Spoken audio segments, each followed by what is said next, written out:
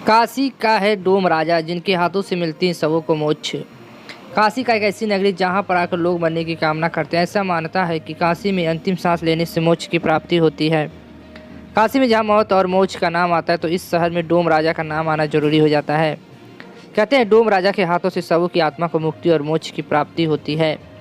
तो चलिए जानते हैं कि डोम राजा कौन है और उनका नाम क्यों इतना प्रसिद्ध है। काशी मोक्ष नगरी कहते हैं कि धरती पर समाप्ति हो जाएगी तब सृष्टि में सिर्फ काशी नगरी ही बचेगी।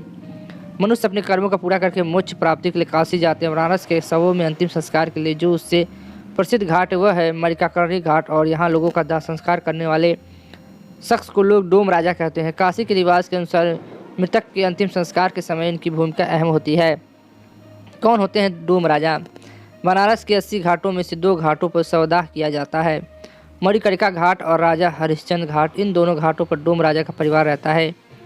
डोम राजा का परिवार जलते शवों के बीच रहता है और इन्हीं जलते शवों की चिता की आग से उनके घर का चूल्हा जलता है। इन दोनों घाटों पर शवों का अंतिम संस्कार केवल डोम जाति के लोग ही करते हैं। समाज में इस जाति के लोगों को अछूता माना जाता है, लेकिन इनके हाथों से मृतकों को मोक्ष मिलती है, ऐसा कहा जाता है। डोम राजा को धरती का यमराज भी कहा जाता है, जो शवों का दाह संस्कार कर उन्हें मोक्ष की प्राप्ति कराते हैं। और इनका रहन सहन आम लोगों से कुछ अलग है। इनके घर में चूल्हे की आग जलती हुई चिताओं से ली जाती है, जिस पर इनके परिवार के लोग खाना बनाते और खाते हैं। पूरे देश के लोग मणिकर्णिका घाट पर अंतिम यात्रा के लिए जाते हैं। इस घाट को मोक्ष का घाट भी कहा जाता है। डोम राजा के हाथों से क्यों मिलती है मुक्ति? प्रचलित और कथाओं के अनुसार जब एक बार भगवान शिव माता पार्वती के साथ काशी भ्रमण करने के लिए आए, इसी दौरान माता पार्वती के कान का एक कुंडल मणिकर्णिका घाट पर स्नान करते समय गिर गया, जिसे कालू नामक एक राजा ने अपने पास रख लिया।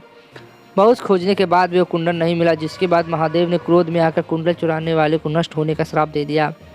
इस श्राप से डरकर कालू ने भोलेनाथ शंकर और माता पार्वती से माफ़ी मांगी, जिसके बाद शिव जी ने कालू राजा को श्राप से मुक्त देकर उसे शमशान घाट का राजा घोषित कर दिया। ऐसा कहा जाता है कि तब से कालू राजा और उनके वंश शमशान शवों को मुक्ति देने का काम करने लगे।